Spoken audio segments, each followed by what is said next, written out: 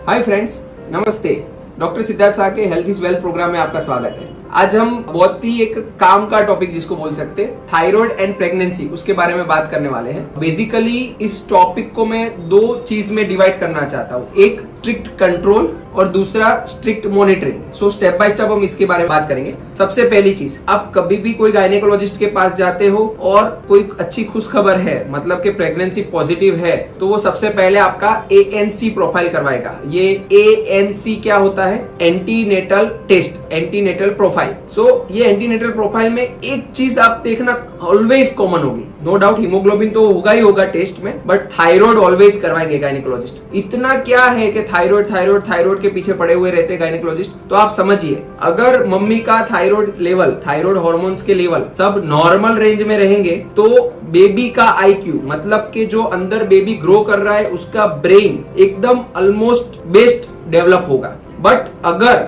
Mummy का thyroid control में नहीं है, TSH बहुत ही ज्यादा है, से 50 है, 150 है, मोर देन 150 है, तो बेबी का ब्रेन डेवलपमेंट, मतलब के intellectual property development, IQ development, वो बहुत अच्छा नहीं होता है। ये हम श्योर शॉर्ट नहीं कहते, बट डेफिनेटली हमारे डॉक्टर परिवार में तो कभी कभी ऐसा भी सुना गया है कि अगर किसी का थायराइड कंट्रोल नहीं था और समझो कि ऐसे ही उनकी प्रेगनेंसी रह गई, तो थायराइड कंट्रोल नहीं था तो उन्होंने बच्चा भी नहीं रखा कि भाई नहीं, मेरा थायराइड नॉर्मल होगा, फिर भी मैं बाद में ही मैं बच्चा रखूंगी, मुझे उसका IQ लो नहीं चाहिए। सो ये इतनी क्रिटिकल चीज है फ्रेंड्स। तो प्रेगनेंसी रखने से पहले आइडियली तो थायराइड का चेकअप हो जाना चाहिए और थायराइड लेवल स्ट्रिक्ट कंट्रोल में होना चाहिए, और वो स्ट्रिक्ट कंट्रोल में रखे उसके बाद प्रेगनेंसी रखनी चाहिए। अब आप ये बोलोगे कि नॉर्मल लेवल होता क्या है, तो फ्रेंड्स आपने मेरे पुराने वीडियो सब देखे हुए हैं, उसमें हमने सब डिस्कस किया हुआ है। अगर नहीं देखे तो आप अभी भी देख सकते हो, थायराइड किस किस टाइप के होते हैं, कितना नॉर्मल लेवल होना चाहिए वगैरह। बट नॉर्मली TSH लेवल 0.5 से 5 होना चाहिए, एकदम इजी है याद रखना।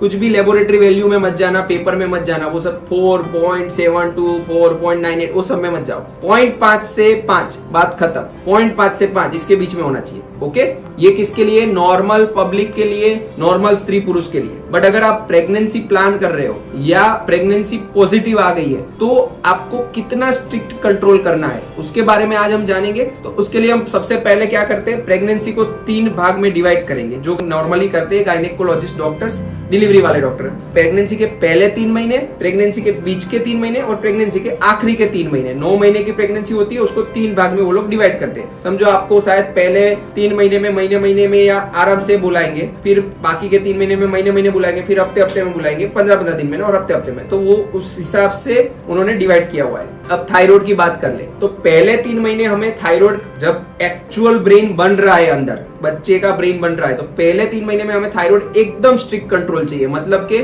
0.1 से लेके 2.5। नॉर्मल में क्या था, 0.5 से लेके 5 तक भी मेरे को चले, अरे बाबा इसमें नहीं, 0.1 से 2.5, मतलब उससे भी आधा, उससे भी स्ट्रिक्ट कंट्रोल चाहिए, 0.1 से 2.5। क्लियर? पहला, दूसरा, तीसरा महीना मतलब 12 हफ्ते 0.1 से 2.5 तक रखना ही है। अब नेक्स्ट 3 महीने जो बीच के, मतलब के 13 से 24 हफ्तों के बीच में 0.2 से 3 के बीच में हो तो भी चले, और आखिरी के 3 महीने जब सब मोटा मोटी बन गया और आखिरी का डेवलपमेंट हो रहा है, तब भी मुझे 0.3 से 3 तक हो तो भी चले। क्लियर? अब इसको और सिंप्लीफाई करते हैं। शुरुआत के 3 महीने जब सब कुछ नया बन रहा है, तब मुझे और स्ट्रिक्ट चाहिए, 2.5 से भी नीचे चाहिए, और बाकी का 6 महीना मुझे 3 से भी नीचे चाहिए। All clear? अब ये इस चीज को हम और किस तरीके से समझे कि एक जो मम्मी को ऑलरेडी थायराइड है ही, मतलब वो जब कोई फीमेल स्त्री 15 साल की थी या 25 साल की थी, तब उसको पता चला मेरे को थायराइड है, और उसको गोली भी खा रही थी, और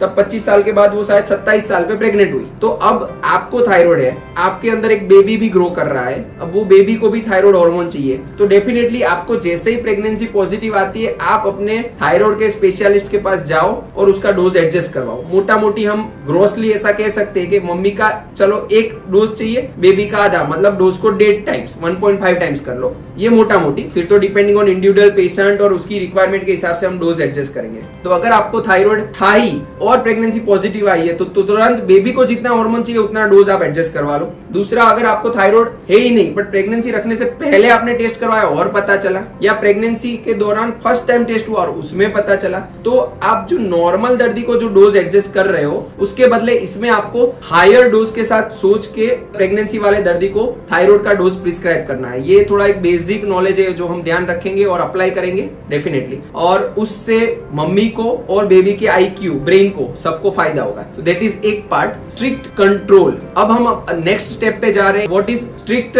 मॉनिटरिंग। जैसे मेरे रूटीन थायराइड के पेशेंट जो आ रहे हैं, जिसका मैं शुरू में हर 3 महीने में करवाता रहता हूँ, ये कोई डेंगू मलेरिया जैसा टेस्ट नहीं है कि हर रोज करो, या शुगर जैसा भी नहीं है 15 दिन में या महीने में करो, क्योंकि मैं आज अगर गोली दे रहा हूँ ना तो उसकी इफेक्ट आने में ही 4 से 6 हफ्ते लग जाते हैं, मैक्सिमम इफेक्ट 6 हफ्ते पे आती है। तो मैं तुरंत महीने में करवा लूंगा, कोई मतलब नहीं है, 1.5 महीने में तो इफेक्ट आने वाली है। सो मैं नॉर्मल पेशेंट्स में जनरली थायराइड का टेस्ट 3 महीने में करवाता हूँ। आज मैंने उसका वजन देख लिया, उसके सिम्टम देख लिए, सब देख के उसको डोज प्रिस्क्राइब किया है, फिर मैं बुलाओ आप 3 महीने बाद आओ, फिर देखेंगे। वो आया, वो बहुत अच्छा आ गया, फिर 3 महीने में फिर से बुलाया, वो भी अच्छा आ गया। उसके बाद में 6 महीने में एक बार भी कर सकता हूँ, और सब सेटल रह रहा है तो मैं सालाना एक बार थायराइड मॉनिटर करके भी उसको पूरी जिंदगी अच्छा रख सकता हूँ। हाँ, शरत क्या है, कुछ भी अप डाउन हुआ, बीमारी हुई तो बीच में भी कर सकते हैं। अब ये हुआ नॉर्मल पेशेंट का मॉनिटरिंग। पहले हमें पता ही नहीं है नॉर्मल पेशेंट में क्या मॉनिटरिंग करना, तो प्रेगनेंसी में क्या एक्स्ट्रा ध्यान रखेंगे। तो ये हुआ नॉर्मल पेशेंट का मॉनिटरिंग, जिसमें हम 3 मंथली चेक करते हैं, और अच्छा रहता है तो 6 मंथली या ईयरली चेक करते हैं। अब बात आई प्रेगनेंसी में। प्रेगनेंसी में ऐसा नहीं है, बेबी अंदर ग्रो कर रहा है, मम्मी तो है उतनी है ही,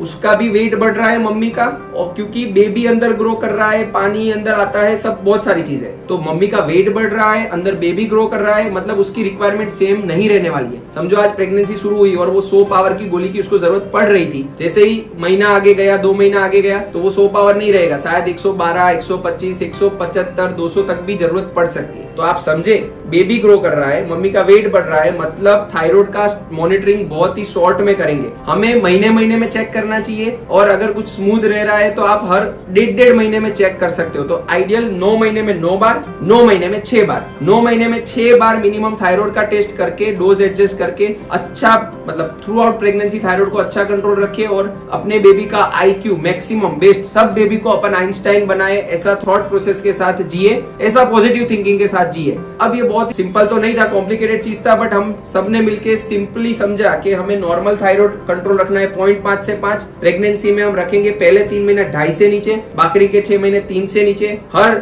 महीने 1.5 महीने में चेकअप कर लेंगे, 9 महीने में 5 से 6 बार चेकअप कर लेंगे। तो भी अगर आपको इन सब चीजों में कुछ भी कंफ्यूजन है, नहीं समझ में आ रहा है, तो आप कमेंट बॉक्स में लिख सकते हैं, हमें पूछ सकते हैं। ये सब साइंटिफिक एडवाइस में कहाँ पे भी कुछ भी अगर आपको क्वेरी लग रही है तो आप लोग इन्वॉल्वमेंट लीजिए। आप लोग सुन रहे हो, ऐसा नहीं, सुनो, समझो, प्रोसेस करो, इन्वॉल्वमेंट लो, और इन्वॉल्वमेंट लेके हम सबको एनकरेज करो। तो यही अच्छी चीज हम इंडिया के, वर्ल्ड के कोने कोने तक पहुंचा सके, और लोगों को हेल्थ के बारे में साइंटिफिक एविडेंस के साथ अवेयर कर सके। फ्रेंड्स, अगर आपको ये वीडियो अच्छा लगा हो तो आप लाइक कीजिए, मैक्सिमम लोगों को शेयर कीजिए, और हमारी चैनल को मैक्सिमम लोगों को सब्सक्राइब करवाइए। और बस कुछ भी नए टॉपिक्स के बारे में आपको जानना है, आप हमें कमेंट बॉक्स में लिखिए, हम उसके बारे में with evidence, with scientific data आपके साथ चर्चा करेंगे, बातें करेंगे। बाय। ऐसे ही हेल्थ के रिलेटेड टिप्स जानने के लिए हमारी चैनल को सब्सक्राइब करें।